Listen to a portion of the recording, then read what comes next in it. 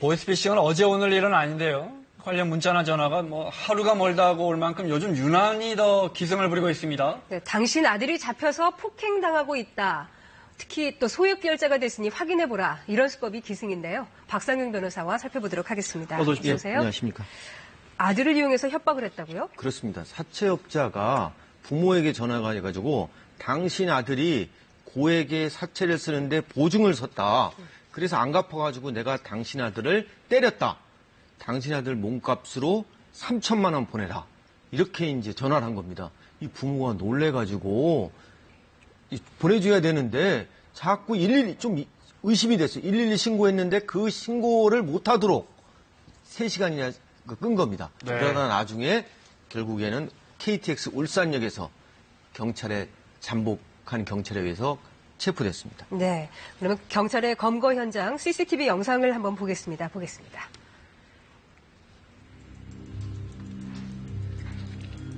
지금 가방 들고 뛰는 네. 사람이 이번에 이제 검거된 예. 경찰이 추격하고 있는 것 같은데요. 조직원인 것 같습니다. 아직 검거가 안 됐는데 KTX 울산역에서 체포당하는 CCTV 화면 보고 계십니다. 이 빨간 원 안에 사람이 네. 조직원입니다. 예. 말레이시아인으로 지금 알려지고 그러니까 있고요. 조직원이 외국인이라고요? 네.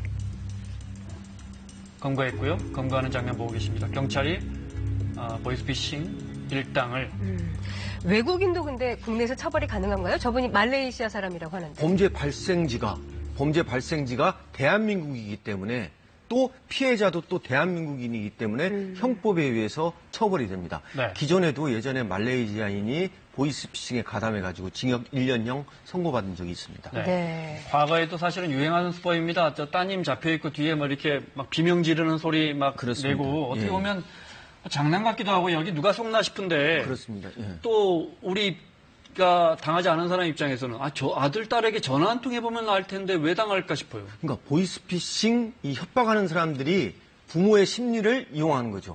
예. 부모의 입장에서는 돈보다는 자녀의 생명과 목숨이 중요한 거거든요. 그래서 보이스피싱은 눈 뜨고도 당한다. 이런 얘기가 있거든요. 네. 그래서 이 가해자도 아마 보이스피싱 전화 건 사람도 이 피해자가 노인일 것이다. 부모일 것이다. 예. 이런 맞춤형으로 이 협박을 합니다. 그러니까요. 예. 지금 말씀하신 눈 뜨고도 당한다고 하셨는데 이제 보이스피싱이 저런 걸 왜 당하고 있을까 하다가 내가 당하는 게 보이스피싱이라고 하는데 네. 지난달 비슷한 사건이 인천에도 있었습니다. 영상 당시 피해자가 될 뻔한 할아버지가 경찰서에 들린 영상이 있습니다. 보시겠습니다. 지난달 6일 놀란 표정의 어르신이 전화통화를 하면서 지구대로 들어옵니다. 경찰에게 통화 내용의 일부를 들려주는 등 당황한 모습인데요. 그런데 통화를 계속하던 어르신이 갑자기 경찰의 도움은 필요 없다 이러면서 또 손살을 일치면서 지구대를 나가시죠. 경찰이 보이스피싱을 직감하고 나가서 이제 이 노인을 설득합니다.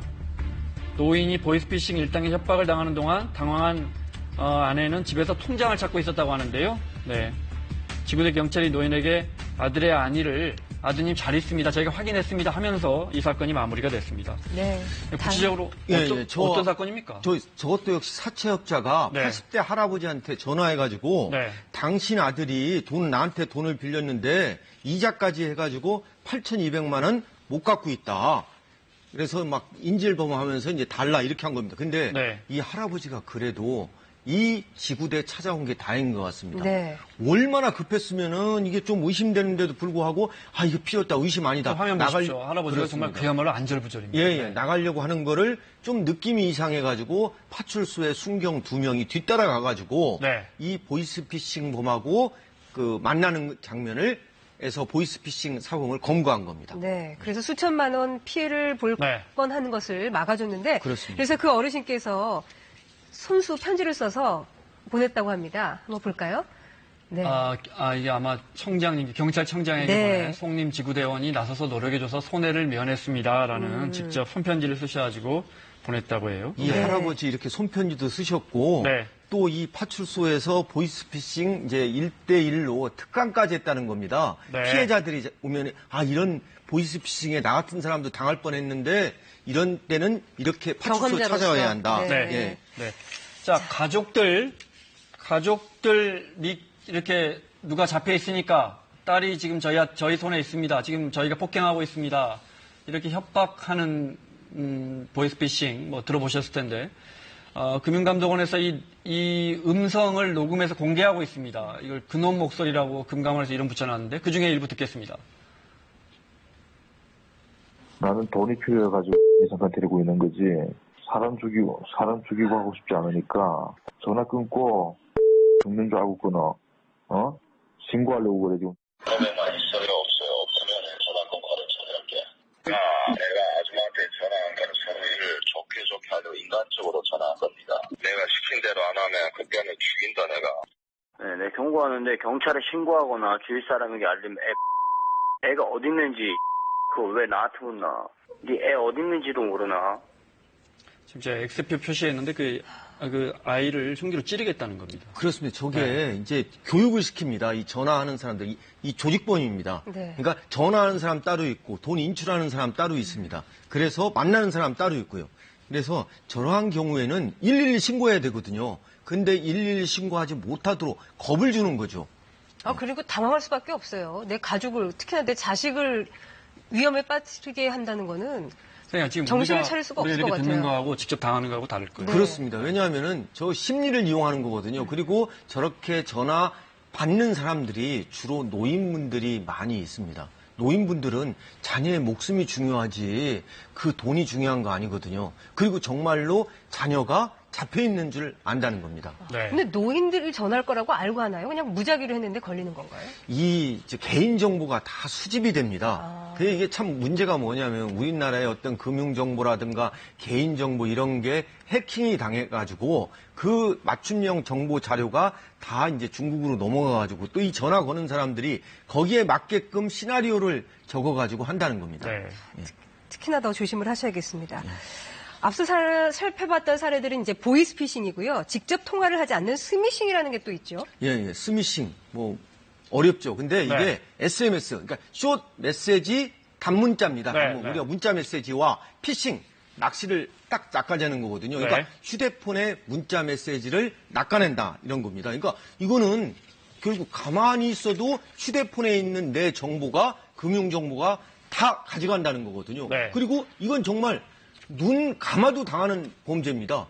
내 안에 있는 그 휴대폰에 저장된 어떤 소액 저렇게 결제 눌러서 클릭을 그렇습니다. 하면 설치가 돼버리는 거죠. 나도 그렇죠. 모르게 내 나도 휴대전화 모르게 안에. 내 휴대폰을 조종을 해가지고 내 휴대폰에 있는 결제 시스템을 통해 가지고 돈이 이체된다는 겁니다. 무서운 거네요. 네. 얼마 전에도 방송인 홍석천 씨가 본인이 직접 당한 스미싱 사건을 공개해서 네. 화제가 됐습니다. 그 내용 보시겠습니다.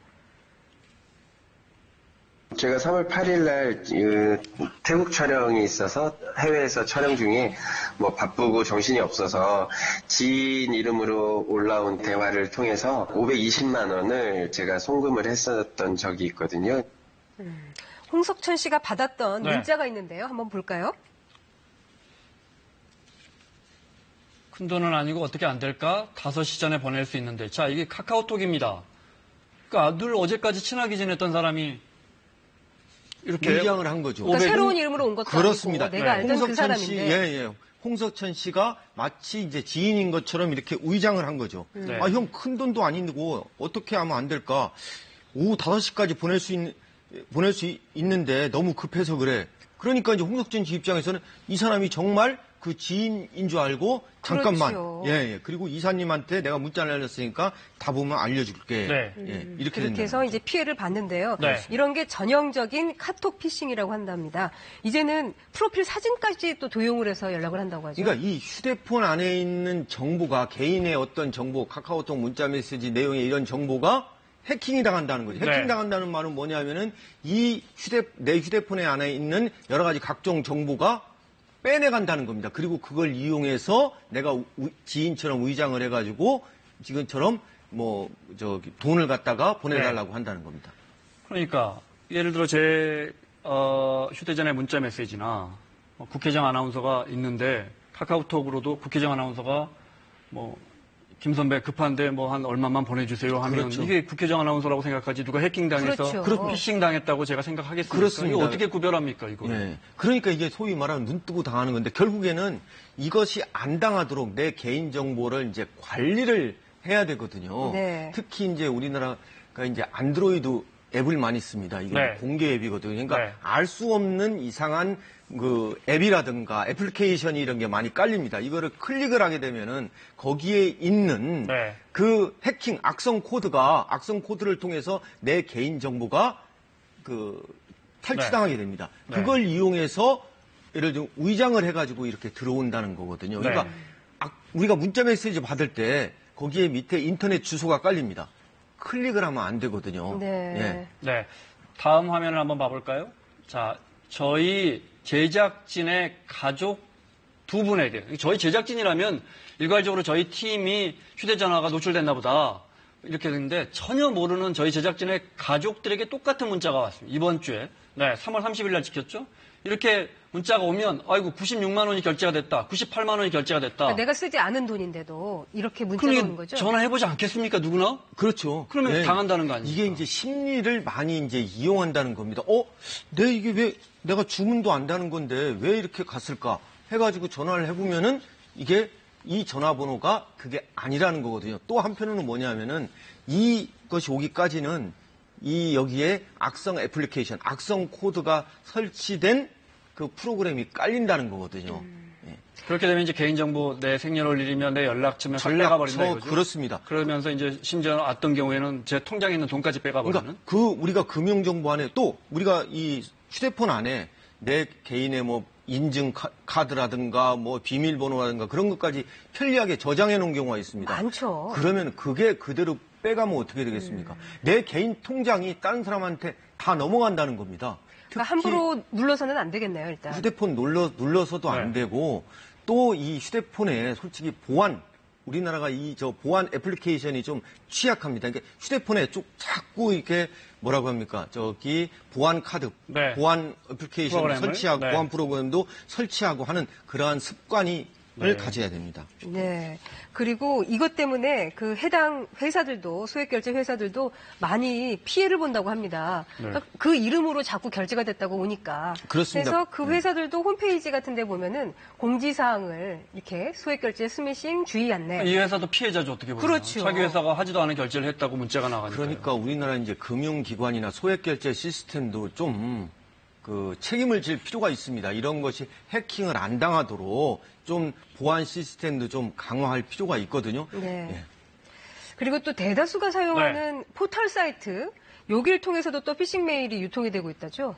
이 포털 사이트하고 똑같게 이 포털 사이트를 만들어 놓는 겁니다. 네. 그리고 거기에다가 예를 들면 금융 조회할 수 있고 자동 이체할 수 있다 이런 거를 해 놓는 겁니다. 근데 이거는 금융기관 사이트도 좀 문제가 있다는 겁니다. 우리나라 금융기관 사이트가 네. 좀 보안이 좀 제대로 잘 안 돼가지고 이렇게 미러링 사이트라고 네. 하거든요. 똑같은 사이트를 갖다가 복제하는 거죠. 방금 보면 다음 계정인데, 다시 한번 볼 수 있을까요? 귀하의 다음 계정이 종료됐습니다. 이러면 다음 홈페이지를 사용하는 사람이 이게 무슨 말이지?